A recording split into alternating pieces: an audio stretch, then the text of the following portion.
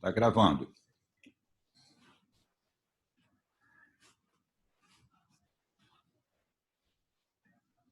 Vocês estão me ouvindo? Está tudo bem com vocês? Estão se protegendo?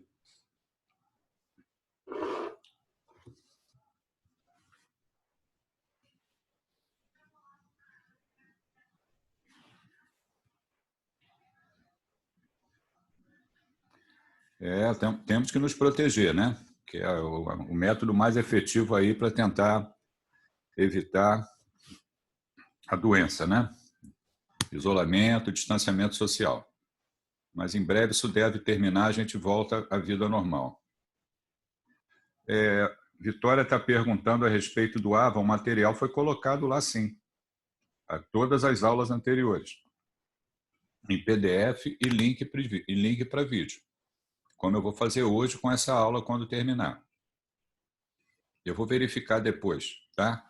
Na verdade, eu coloco o material no AVA, mas eu depois não consigo ver depositado ali. Eu entro no sistema, coloco o material, o link do vídeo, né, que está no YouTube, e a aula em PDF, como essa que eu vou fazer aqui. Depois eu verifico isso. A gente pode começar?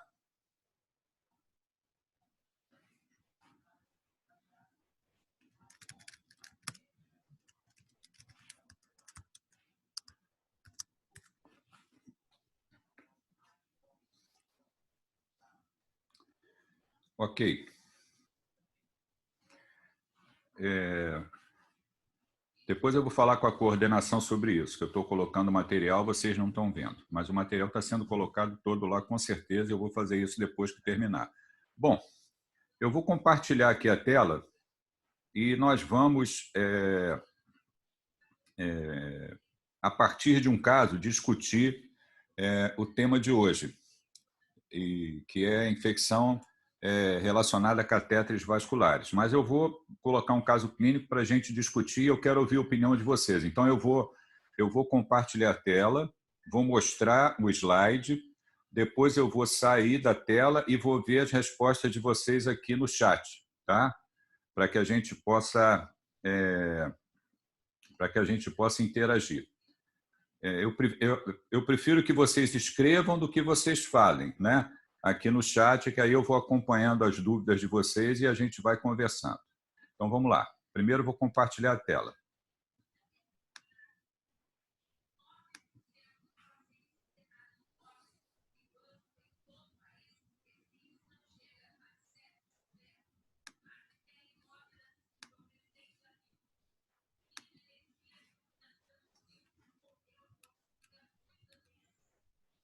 Vocês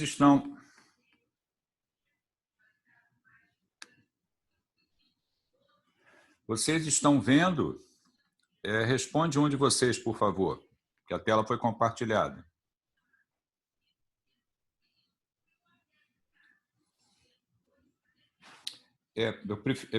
Um de vocês só ative o microfone e me responde se está vendo o compartilhamento.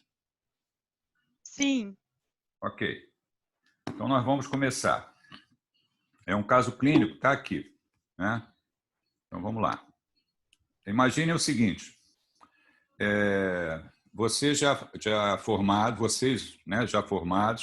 e trabalham com uma rotina do CTI. Você trabalha lá segunda, terça e quarta e passa a visita no final de semana, alternadamente, né? E nesta segunda-feira, exatamente hoje, 27/4, você admite um paciente idoso com cardiopatia severa que se apresenta no pronto-socorro com sinais de baixo débito, está hipotenso, e familiar relata vários episódios de diarreia líquida em grande quantidade, sem muco, pus ou sangue, nos dias anteriores.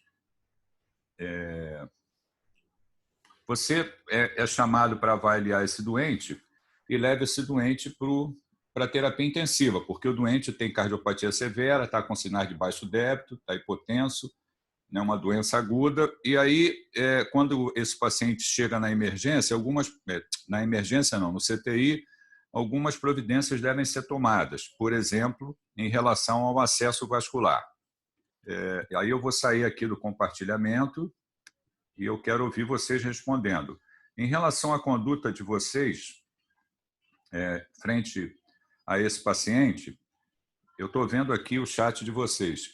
Em relação ao acesso vascular, qual seria a opção de vocês quando admite um doente desse no CTI para tratar?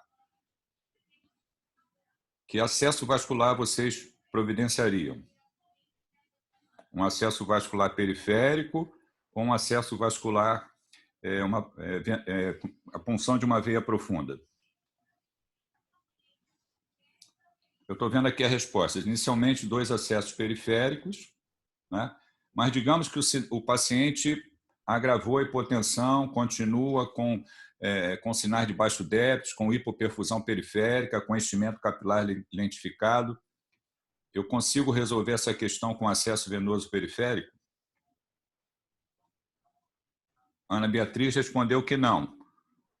Gisele respondeu que não. Então, muitas vezes, nós vamos ter que puncionar uma veia profunda para poder tratar esses doentes. Normalmente, a gente funciona uma veia profunda quando nós temos algumas indicações. Uma delas está presente nesse doente, quando eu tenho a instabilidade hemodinâmica e eu tenho que fazer infusão de fluido para melhorar. Além disso, o que mais poderia nos levar à punção de uma veia profunda? Vocês têm ideia? Quando a gente funciona uma veia profunda, por que eu estou fazendo isso? A presença da instabilidade hemodinâmica. No choque, eu vou precisar infundir fluidos e também vou ter que lançar mão, muitas vezes, de drogas vasoativas. Então, quando eu vou lançar mão de drogas vasoativas, eu preciso também de um acesso venoso profundo, de uma punção de uma veia profunda. Além disso, quando eu também vou utilizar, não é o caso do meu paciente, quando eu vou utilizar suporte nutricional parenteral, né, nutrição parenteral, eu preciso também. E também quando eu preciso de um acesso vascular e o meu paciente não tem acesso venoso periférico e eu preciso tratar. Então, nessa impossibilidade, eu posso lançar mão também de uma veia profunda. Quando a gente vai funcionar essa veia profunda, nos tempos atuais, a gente vai utilizar a técnica correta de punção, né, que vocês vão aprender, inclusive em simulação, todas as medidas de proteção contra a infecção, que eu vou falar mais adiante.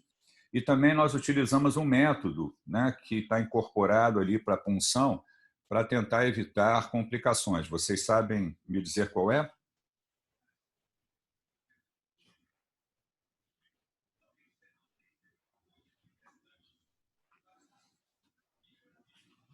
Estou esperando uma resposta no chat aqui. O que a gente usa quando vai funcionar uma veia profunda para nos ajudar a evitar complicações?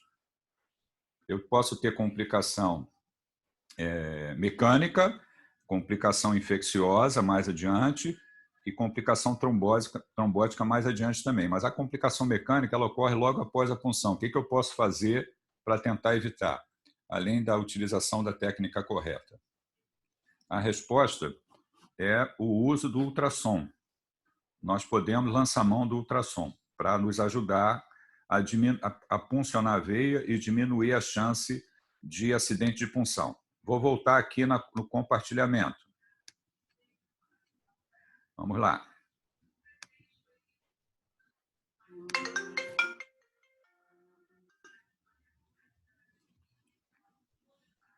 Aqui, vamos andar então. Você decide funcionar uma veia profunda e nas horas subsequentes o paciente piora o quadro respiratório, ele piorou, é um doente cardiopata severo e teve que ser entubado e colocado em ventilação mecânica. Na terça e quarta-feira, o paciente melhorou da diarreia e o quadro hemodinâmico, porém ele continua sedado.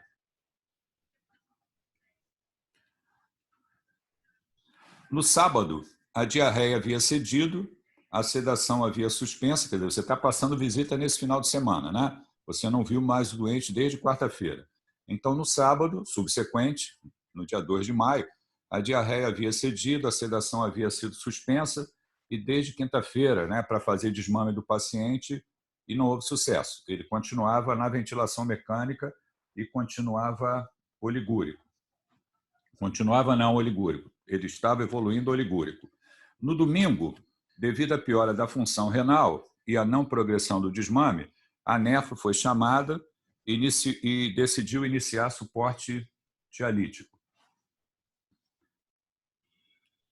Na segunda-feira, dia 4/5, você observou ali na folha de balanço, na folha da enfermagem, a anotação de um episódio de febre no dia anterior, quer dizer, no domingo. Quer dizer, o paciente foi admitido hoje, você está vendo ele na semana que vem, lá na UTI que você trabalha, e ele fez febre domingo.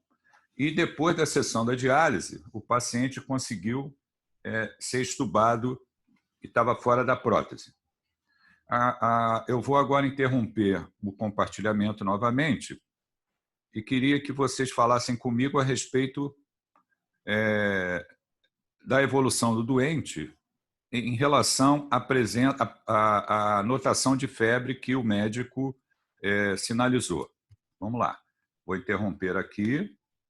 Vou voltar para o chat.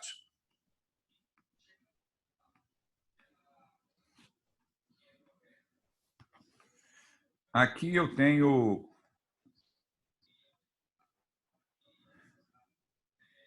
a Gisele falando a respeito da ultrassonografia, ok. E agora eu gostaria de comentários a respeito desse episódio de febre. O que poderia estar acontecendo com o doente? A pergunta que tem que ser feita é o seguinte: qual o motivo da febre nesse paciente? Se pode ser infecção ou não. Aqui eu estou vendo que Gisele respondeu: evoluiu para uma infecção hospitalar de origem determinada. Então, a pergunta que a gente tem que fazer é o seguinte: é lógico que essa é uma possibilidade, né?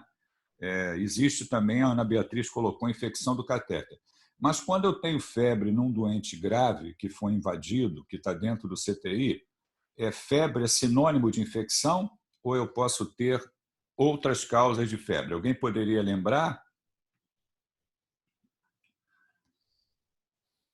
O que pode causar febre no meu paciente e não ser necessariamente infecção? Ou seja, não é infecção.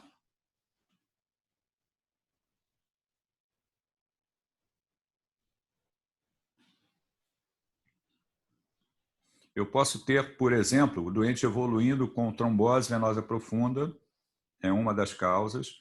Eu posso ter também hipersensibilidade a drogas. O paciente está fazendo uma reação de hipersensibilidade à droga. Isso também causa febre. Vocês já assinaram, a Gisele aqui falou a respeito da ventilação mecânica. Não é o nosso assunto agora. Vejam que uma possibilidade para a presença de febre seria o doente estar evoluindo com uma complicação do paciente que fica entubado em ventilação mecânica, que se chama pneumonia associada à ventilação mecânica.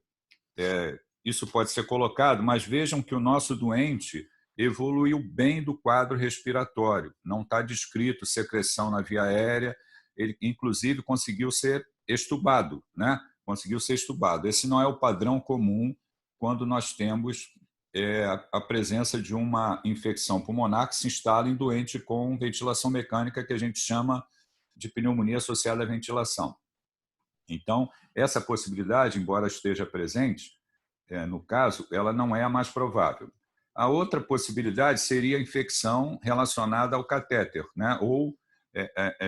E como é que eu posso, no doente que está com uma veia puncionada, eu observar se o paciente tem sinais ou não da possibilidade de infecção? O que a gente tem que fazer? O que nós fazemos para acompanhar? Quer dizer, o doente foi puncionado uma veia hoje e eu estou tentando resolver um problema daqui a uma semana. O que acontece durante essa semana que pode me ajudar? Uma questão a ser colocada é qual é o aspecto do curativo. Como está sendo feito esse curativo, qual é o aspecto do curativo, qual é o aspecto ali do sítio da punção, se tem sinais sugestivos de infecção ou não. Isso é o que a gente faz quando a gente tem um acesso venoso profundo, que nós precisamos utilizar, e vamos continuar tratando nosso paciente. Esse curativo normalmente é feito todo dia pela equipe da enfermagem, e esses dados eles retornam para o médico em relação à possibilidade ou não da presença de sinais sugestivos de infecção ali na região onde tem o sítio de punção, né? Eu posso ter sinais nítidos de infecção. Então, eu já tenho ali a possibilidade da infecção relacionada a catéter, né? Algumas vezes isso não está presente, mas eu preciso ter essa informação, né? Quem fez o curativo, qual é o aspecto local, se tem sinais de infecção ou não. Outro dado que nós vamos utilizar também, quando a gente está avaliando esses doentes, são os exames complementares. Quer dizer, o doente fez lá um episódio de febre, como é que estão os exames complementares? O hemograma está normal? Tem leucocitose? Tem desvio à esquerda? Número aumentado de bastões? O que eu faço? Para raciocinar com a infecção relacionada ao catéter, eu também tenho, como já foi colocado por vocês, excluir outras possibilidades de infecção, né? O doente pode estar com uma infecção em outro local e eu estou colocando ali também para avaliação.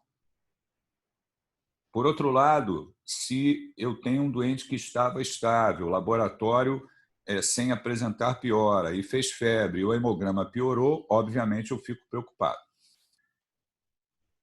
Qual a atitude que vocês teriam frente a essa situação? Só para complementar a informação de vocês também, eu já falei anteriormente, sempre que a gente funciona uma veia, existe o risco de complicações, complicações infecciosas, trombóticas e mecânicas. E a complicação mais grave em relação à infecção é exatamente a infecção da corrente sanguínea relacionada ao catéter e sepse relacionada a catéter, que a gente já vai ver mais adiante. Eu posso ter também, só para ilustrar, quando a gente tem uma punção de um vaso periférico, coloca um gelco, a gente pode ter, com o decorrer dos dias, o aparecimento de flebite, né? Que é uma inflamação, dor, edema, eritema e calor no local ao redor do catéter da exceção, com ou sem trombose. Normalmente, a gente limita o tempo de uso de um acesso venoso periférico, no máximo 3 a 4 dias, e aquele catéter é obrigatoriamente trocado. Se precisar de continuar com um acesso vascular, se funciona outro acesso periférico. Quando a gente está trabalhando com veia profunda, nós não estipulamos dias de uso, né? Nós vamos usar enquanto for absolutamente necessário. Quando não for mais absolutamente necessário, nós vamos retirar esse catéter e desinvadir. A gente pode usar também catéter arterial para funcionar, para monitorar uma pressão arterial de forma contínua. O raciocínio é semelhante, né? Eu posso ter também essa infecção. Existem motivos para isso que eu já vou falar. Então, vou voltar aqui para o compartilhamento e vamos avançar um pouquinho.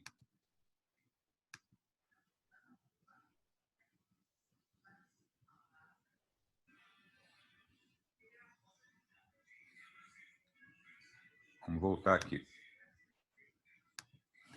Então, aqui é segunda-feira. Na terça-feira, o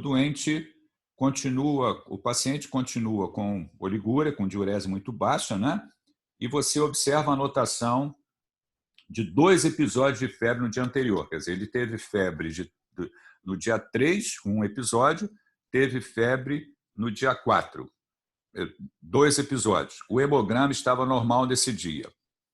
Aí, a conduta de vocês em relação ao que o médico provavelmente fará e da maneira como o paciente está evoluindo, qual seria a atitude de vocês frente a isso? Vou voltar aqui para o chat para ouvir vocês.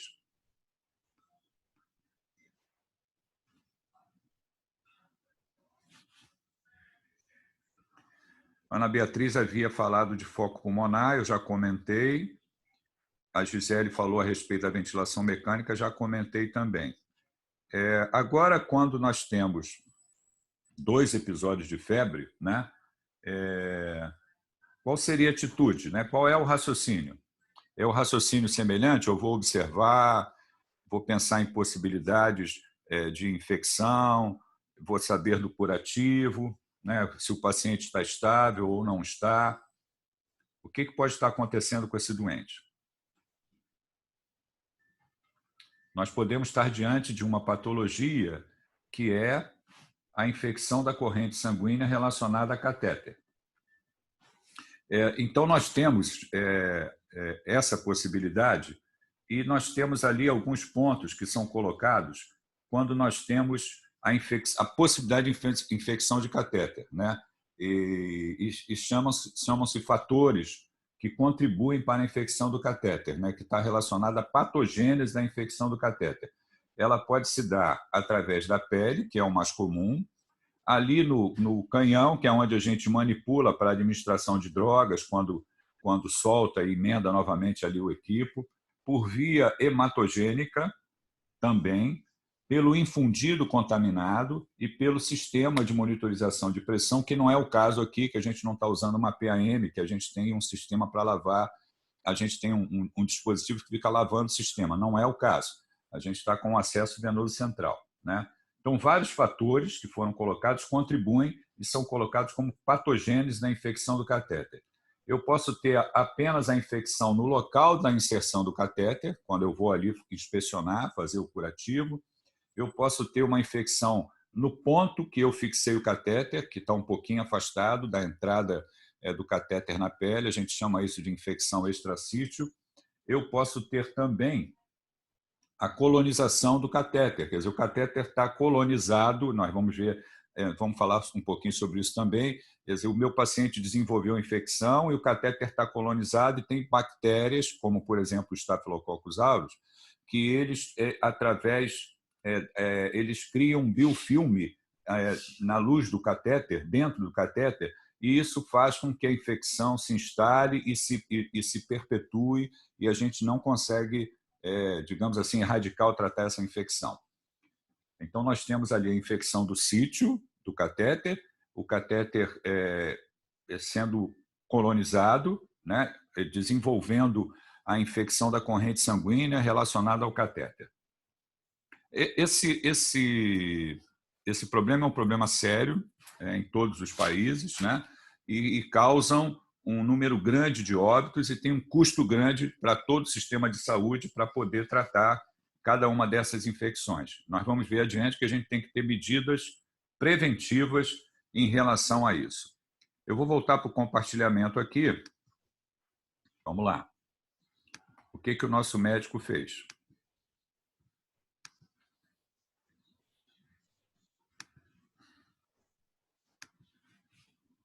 Então, está ali. Na terça-feira, então ele passou a pensar em infecção da corrente sanguínea relacionada a catéter, né? Porque o doente continua fazendo febre. Aqui nós temos a definição dessa infecção da corrente sanguínea relacionada a catéter. Observem que o que está escrito aqui não é, no momento, muito recomendado pelos colegas da infectologia, da Comissão de Controle de Infecção Hospitalar, né? Normalmente a gente não corta a ponta do catéter e manda para a cultura. A gente colhe um sangue da luz do catéter, colhe um sangue periférico e colocamos em frascos de hemocultura. A gente colhe, então, hemocultura periférica e sangue colhido da luz do catéter, colocamos também num frasco de hemocultura. E, obviamente, retiramos o catéter, porque se eu estou achando que o paciente tem infecção da corrente sanguínea relacionada a catéter, a atitude a ser tomada é retirar o catéter. Eu também preciso ter acesso a informações a respeito de culturas que vão chegar mais adiante. Então, o hospital que eu trabalho tem que ter uma estrutura para poder me atender em relação a resultado de culturas, identificação do micro-organismo, antibiograma. O ideal é que esse laboratório tenha um sistema de cultura automatizado. Está ali. Na mesma terça-feira, você decide retirar o CVC, o catéter venoso central, e pede ao plantonista, né? Você é rotina, pediu ao plantonista para puncionar outro acesso, o paciente continua em hemodiálise diária. Então, vejam, o doente fez febre um dia, ele deixou em observação para o outro dia, que o doente estava estável. No outro dia, o paciente fez novamente 2 picos febris e aí ele terminou o raciocínio de forma que estava agindo de forma conservadora, retirou o catéter, colheu cultura. E a pergunta que eu faço a vocês, que eu quero ouvir no chat, é se nesse contexto de retirar o catéter, né, se ele utiliza, se ele faz antibiótico ou não.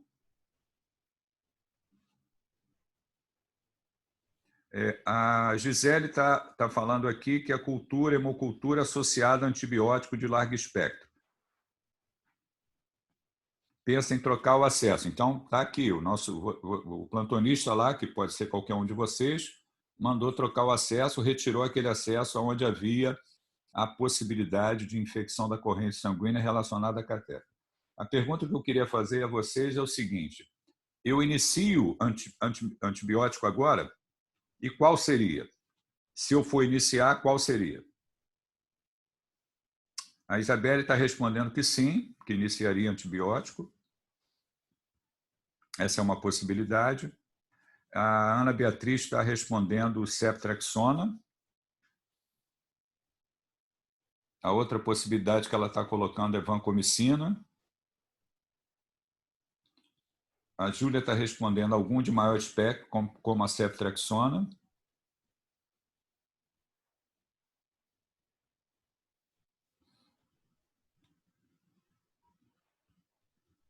Cefepime.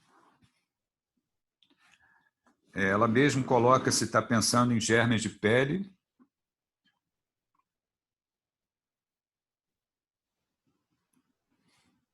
Mais alguma resposta? Vamos lá.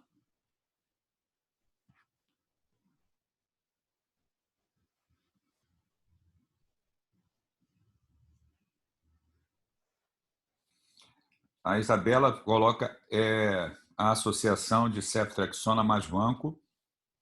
Eu lembro a vocês que toda vez que a gente prescreve um antimicrobiano, isso está direcionado para micro-organismos mais prováveis que podem estar causando a infecção, né? Isso pode recair sobre monoterapia, terapia combinada, mas é sempre com um direcionamento para micro-organismos que mais provavelmente estão causando a infecção. Eu poderia retirar o catéter e observar a evolução por mais 24 horas? Vocês acham que isso é possível?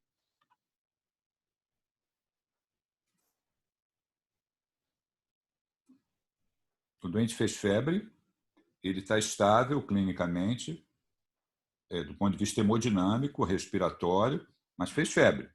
O hemograma está normal, como eu já falei anteriormente, e eu mandei retirar o catéter e puncionar outra veia. Então, uma das possibilidades, a Lorena está colocando aqui que sim. Vamos voltar aqui para o compartilhamento. O que aconteceu?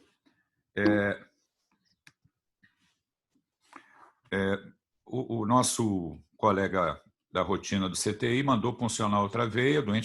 Observem que o doente continua em hemodiálise, né? Na quarta-feira, a febre havia cedido.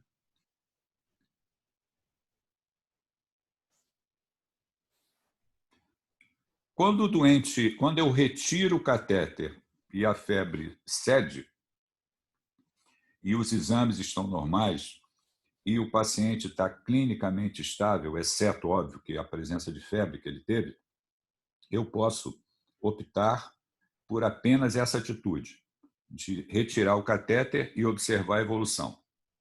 Por outro lado, nós já vamos ver mais adiante, se o doente faz febre e tem outros componentes, eu não devo correr esse risco de retirar o catéter e observar a evolução.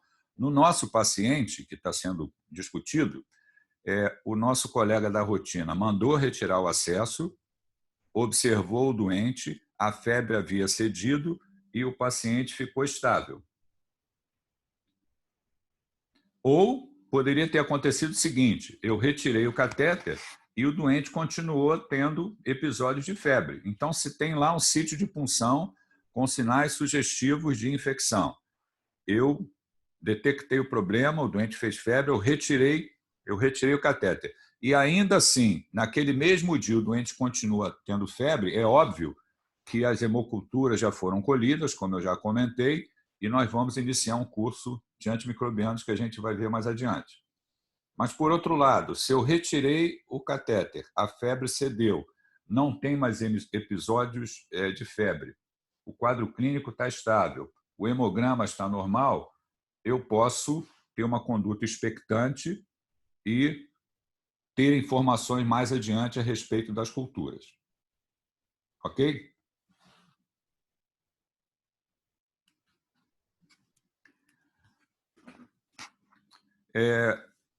Nesse final de semana você não passou visita, veja aqui na quarta-feira, lembram-se que você trabalha segunda, terça e quarta e passa visita em dias passa visita de 15 em 15 dias no final de semana em dias alternados. Então, o próximo final de semana não é seu. Você chega segunda-feira para trabalhar, não encontra o paciente, ele teve alta para não andar.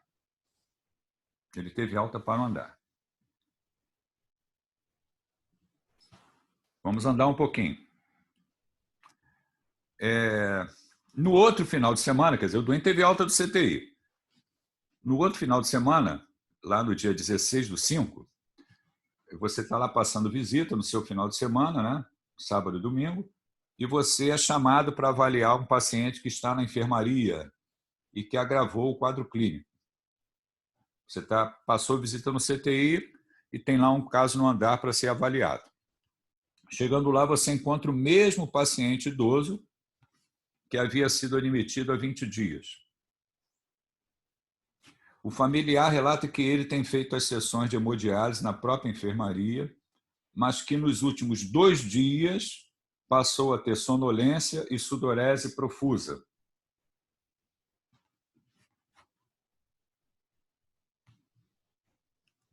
Então, olha só, eu agora estou com o mesmo doente que não está mais no CTI, ele está no andar, e 20 dias depois eu fui chamado para avaliar um caso que é exatamente esse doente.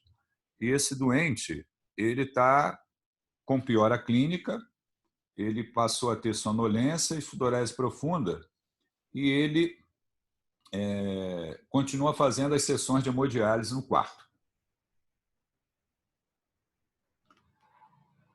Ao examiná-lo, você pergunta sobre curativos e recebe a resposta lá do familiar que o curativo foi trocado pela enfermagem há 7 dias e depois não mais.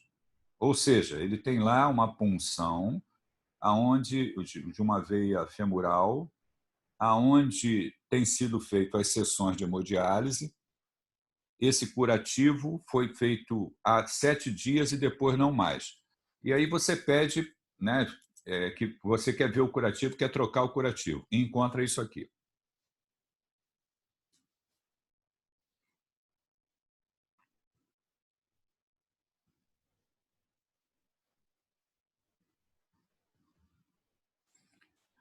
Bom, vamos interromper um compartilhamento e voltar aqui para o chat. A Isabela está falando a respeito da idade do paciente. Vamos aproveitar, em relação à pergunta da Isabela, em relação aqui no chat, para falar dos chamados fatores de risco, né, para essa infecção da corrente sanguínea relacionada a catéter, para a sepse relacionada a catéter, né? Tem dados que são relacionados ao próprio paciente. Quer dizer, se eu tenho um doente idoso, um doente que é imunossuprimido, pode ser um doente oncológico, pode ser um doente que faz uso de corticosteroides, pode estar relacionado também fator de risco ao agente etiológico, a virulência desse agente, né? Maior ou menor do que outro, pode estar relacionado ao catéter propriamente dito.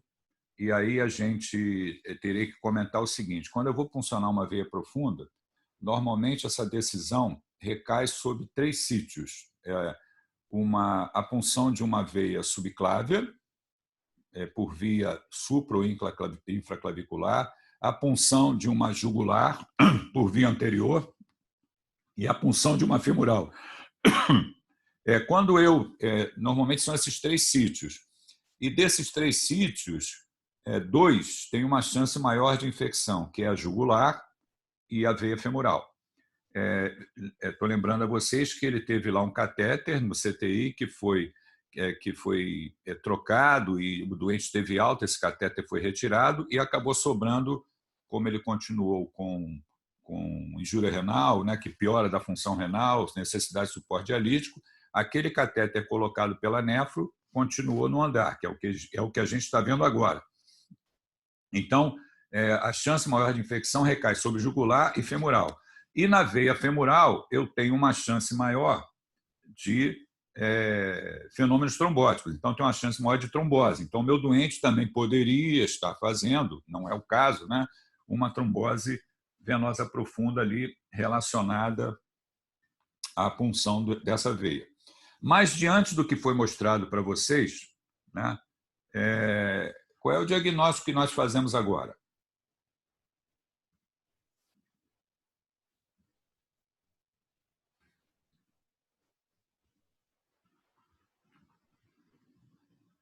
A Isabela respondeu sepse.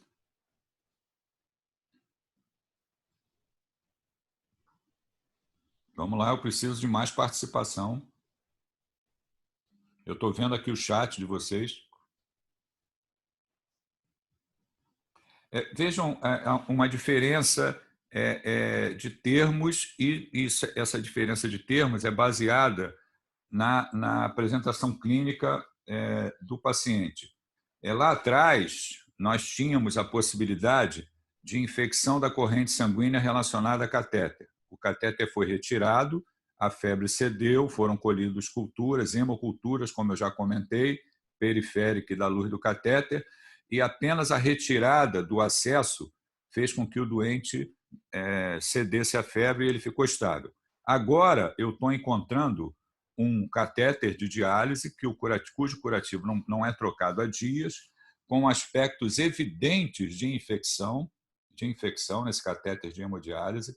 E, além disso, eu tenho a descrição e encontro o paciente com 2 dados que sugerem disfunção orgânica. Quer dizer, além da infecção, ele tem piora do nível de consciência, sudorese profusa. Quer dizer, o doente, eu ainda não acabei de examinar, mas provavelmente eu estou diante de uma sepse relacionada a catéter. Quer dizer, eu tenho a infecção do catéter e eu tenho o agravamento do quadro clínico relacionado a essa infecção.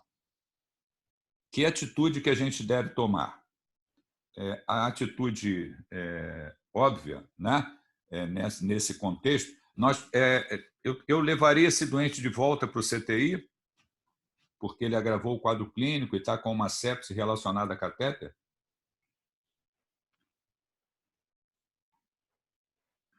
Que decisão vocês tomariam? Sim. Esse catéter seria retirado imediatamente?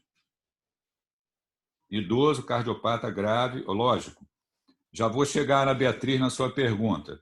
Eu vou coletar culturas para tentar identificar o que está causando a infecção, hemocultura de um vaso periférico, sangue de luz do catéter dentro do frágil de hemocultura.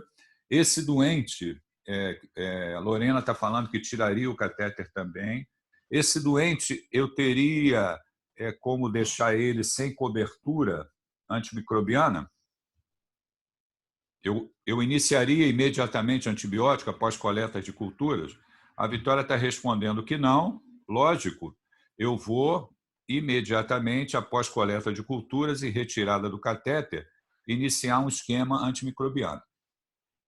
Para cobertura antimicrobiana, a gente tem que observar nas infecções relacionadas a catéter, os agentes etiológicos mais prováveis são o Staphylococcus coagulase negativo, que é o Staphylococcus de pele, o epidermides, né? Quase 40%. Né? Eu tenho também enterococo como possibilidade, eu tenho Staphylococcus aureus, e esse Staphylococcus aureus, frequentemente, uma boa fração dessas culturas é de Staphylococcus aureus resistente a meticilina, oxacilina, então MRSA.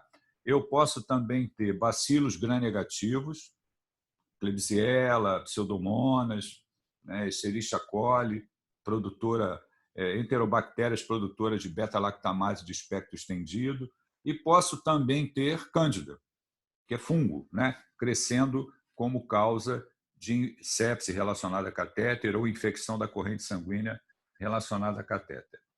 Diante do que está sendo colocado, nós voltamos agora para aquela pergunta anterior, né? Nós estamos decidindo usar antimicrobiano, e aí que antimicrobiano nós prescreveríamos para esse doente? A Júlia está respondendo vancomicina com gentamicina.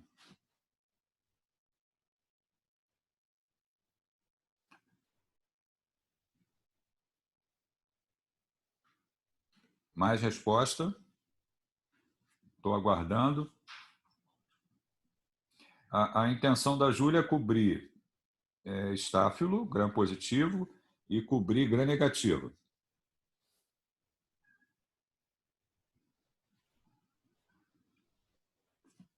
A Gisele responde vanco mais cefepime mais fluco.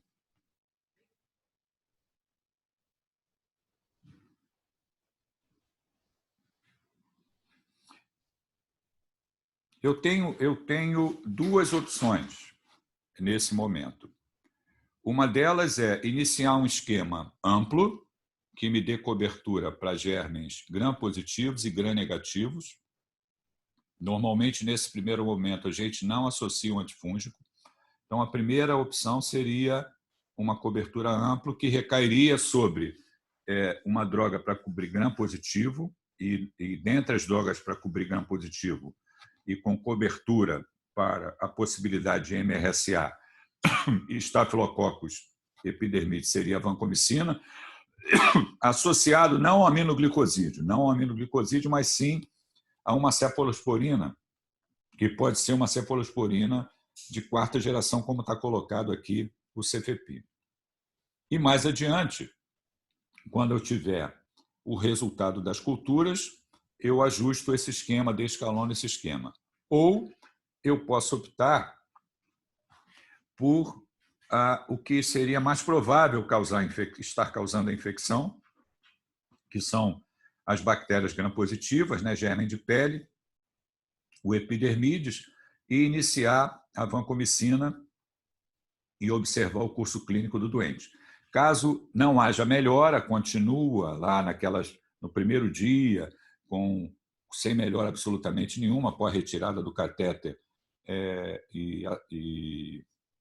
o suporte todo a ser dado a esse doente, a associação da outra droga. Então, as duas possibilidades elas são razoáveis.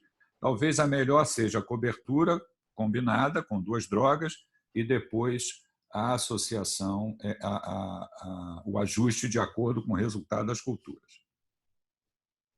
Vou voltar aqui para o compartilhamento.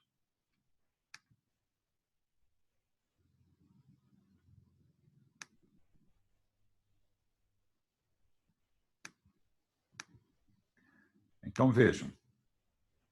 A gente está fazendo, nesse momento, com essa imagem e com o contexto clínico do paciente, o diagnóstico de sepse relacionada a catéter, né? Aqui a coleta de culturas periféricas e da luz do catéter, e, se nós estivermos certos, vai crescer a mesma bactéria na hemocultura periférica e no sangue colhido da luz do catéter, preenchendo critérios para o diagnóstico de sepse relacionada a catéter.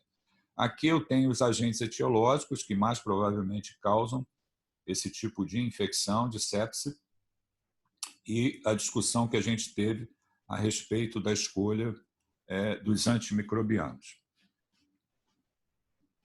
Aqui a conduta é baseada na remoção do catéter e início imediato de antibioterapia empírica após coleta de culturas. Nós temos aqui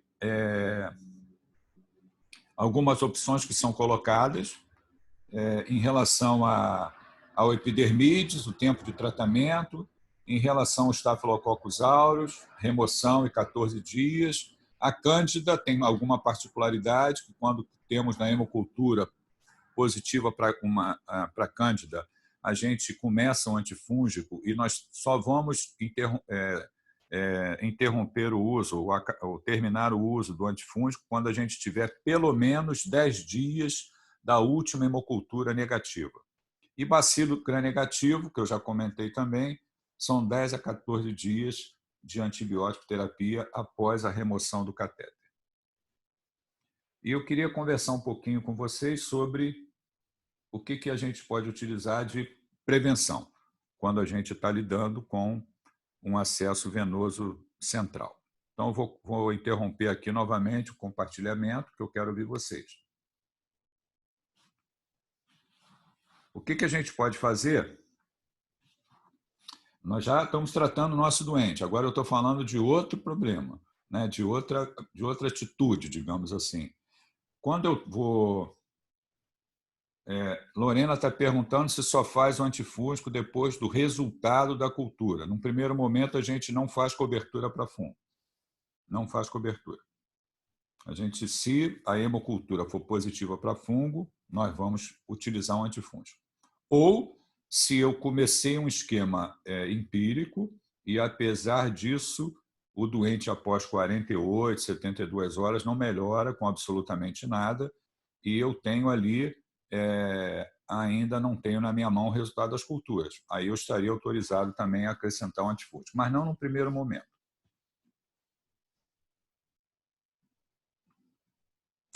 O que a gente pode fazer quando nós vamos puncionar uma veia profunda para tentar, digamos assim, minimizar ou diminuir a chance da infecção? Esse é um dos problemas. A infecção que se instala ali, ou a chance maior de infecção, quando eu vou puncionar. O que eu tenho que fazer?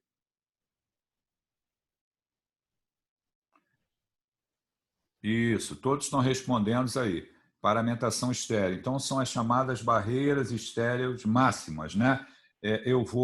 Eu já falei para vocês a respeito do sítio, né, da chance maior ou menor de infecção, né?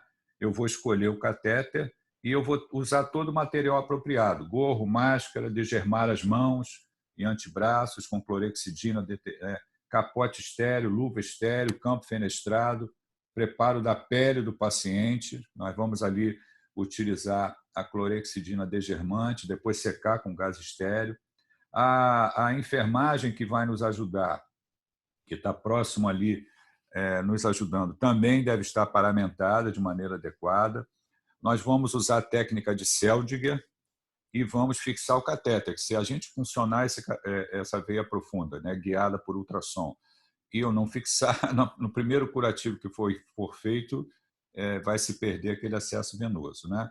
E também, se eu estou trabalhando aqui em vasos de pescoço, né, subclávia ou jugular, após a realização da punção, eu tenho que ter, independente ou não de eu usar ultrassom, eu devo ter um raio-x de tórax de controle, para ver se tem algum acidente de punção. E como é que é o manuseio desse catéter ao longo dos dias? Como é que a gente cuida desse catéter ao longo dos dias? Em relação à manutenção do catéter e o manuseio do catéter e o curativo. Existe algum limite de dias? Eu já comentei com vocês a respeito disso. Para o uso do catéter, quer dizer, eu puncionei uma subclávia hoje, daqui a 3 dias eu tenho que trocar? Não existe limite de dias, né? Nós só vamos usar esse dispositivo, esse acesso venoso central, enquanto ele for absolutamente necessário. Quando não for mais necessário, a gente não vai usar. Nós também vamos observar o curso clínico do doente, que foi o exemplo que eu dei para vocês, né? Se o meu doente está evoluindo com melhora ou não, se está fazendo febre, e se ele está fazendo febre, por que esse paciente tem febre? Dentre as várias possibilidades de febre, existe a possibilidade de estar relacionada ao uso do catéter, né? Então, eu tenho ali a infecção, a patogênese da infecção, uma chance maior, porque eu já expliquei. Nós temos a colonização do catéter e a infecção da corrente sanguínea relacionada a catéter. Se a gente coloca como a febre a suspeita de infecção, né, que está relacionada ao catéter, a atitude que nós vamos tomar é retirar esse catéter. E nós vamos sempre colher hemoculturas, como eu falei, né, 2 amostras de hemocultura, uma de sangue periférico, uma da luz do catéter. Em relação ao curativo que a enfermagem faz, como deve ser esse curativo? Eu sou da época que eu mesmo fazia o curativo. Hoje não vejo mais médico fazer curativo. Quem faz curativo é a enfermagem. Mas eu cansei na minha vida de fazer curativo de veia que eu puncionei, que eu queria ver. Então, normalmente, a equipe de enfermagem que troca o curativo e ela lança, ou tem, digamos assim, a obrigação de relatar qual é o aspecto ali do local da punção. Se tem alguns sinais sugestivos, tem eritema, induração, purulência, ali no local da punção. Isso faz parte de uma rotina de trabalho na UTI. Esse curativo é um curativo oclusivo que deve ser trocado todo dia. Existe também alguns curativos, que dependendo do local que vocês trabalhem, que são os curativos assim transparentes, mais caros. É como se fosse um filmezinho que troca, faz ali a limpeza, a antisepsia, e aí você coloca esse curativo. Qual é a vantagem desse curativo transparente? É que eu estou vendo o sítio de punção. Eu estou vendo. Quando eu estou vendo o sítio de punção, eu estou observando se tem sinais, se está aparecendo sinais sugestivos de infecção ou não. Normalmente, esse curativo ele pode ficar por alguns dias, por uns 3, 4 dias, depois é trocado novamente. Então, ele facilita o trabalho de todo mundo, porque eu posso inspecionar o sítio de punção sem trocar o curativo. O problema desse material é que é um material muito caro. Então, muitas vezes, o hospital não tem e tem que se fazer o curativo convencional oclusivo pela equipe da enfermagem. Esse curativo é feito todo dia e temos que ter informação todo dia a respeito de qual é o aspecto do sítio da punção.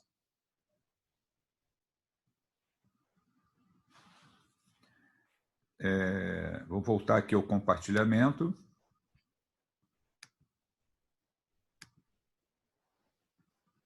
Foi o que nós falamos de prevenção.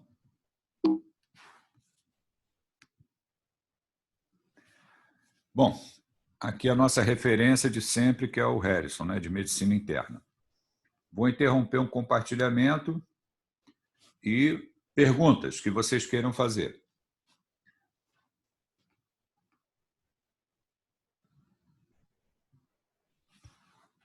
Alguma pergunta? O que nós vimos hoje? Um caso clínico que a gente discutiu a possibilidade de infecção e o doente fez infecção pelo catéter de hemodiálise. E o outro também que foi retirado. Fala. Troca de acesso, do acesso periférico.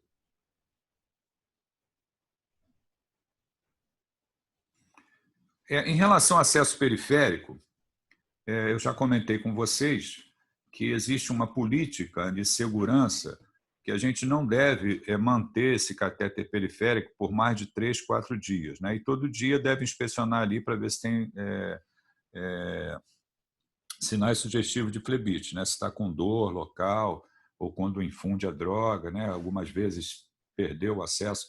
A gente deve evitar funcionar em dobras, em locais de dobras, no braço, por exemplo, no antebraço, na dobra, no cotovelo, não funcionar ali.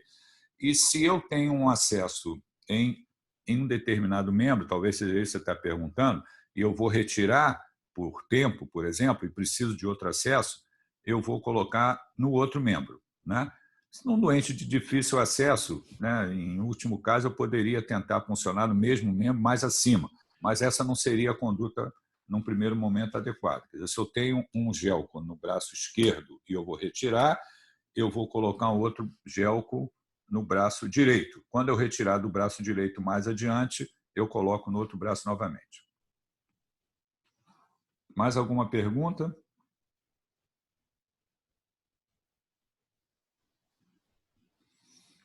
Agora, imaginem o seguinte, vamos lá, vamos complicar um pouquinho, que o meu doente é um doente hematológico, que ele está fazendo quimioterapia, que esse paciente, na verdade, tem um catéter implantado de longa permanência no subcutâneo aqui, foi puncionado colocado um catéter de longa permanência para sessões de quimioterapia, ele fica implantado embaixo da pele, e esse paciente tem febre.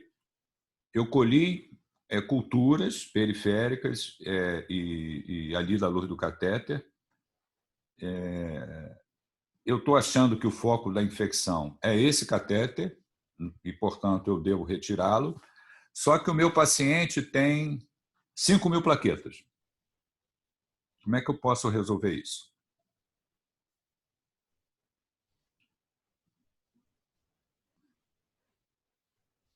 Eu devo mexer num catéter, retirar, puncionar uma outra veia de um paciente com 5.000 plaquetas? Vocês acham que isso é possível?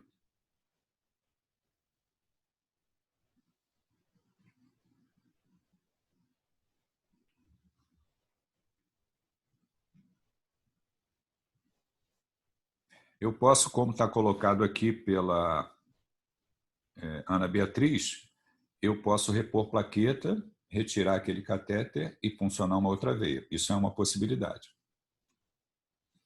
Em alguns casos, eu estou falando isso pelo seguinte, em alguns casos especiais, você pode tentar tratar o paciente da infecção com a permanência do catéter, em casos especiais como esse que eu estou falando. E aí você administra um antimicrobiano de forma sistêmica pelo próprio catéter e você administra o antimicrobiano e deixa o catéter fechado. Tem um nomezinho em inglês para isso, que é terapia lock, quer dizer, eu estou mantendo o catéter e estou fazendo o antimicrobiano e deixo o catéter fechado. Isso numa última situação onde eu não posso, não devo, não seria apropriado, seria muito arriscado eu retirar aquele acesso e funcionar o outro naquele momento. Naturalmente, vamos observar a evolução do doente, a persistência da febre, dados de instabilidade para poder decidir. Então, tem duas opções aí. Se eu tenho uma plaqueta muito baixa, eu posso repor plaqueta e puncionar, ou alguns locais que trabalham com esse modelo de paciente, pacientes hematológicos que estão fazendo quimioterapia, podem optar por essa segunda opção que eu coloquei. Mais alguma pergunta que vocês queiram fazer?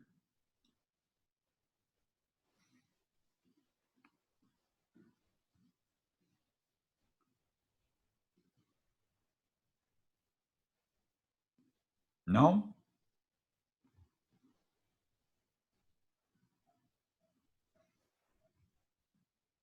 Se não tem mais pergunta, eu vou interromper a gravação. Aqui, ó.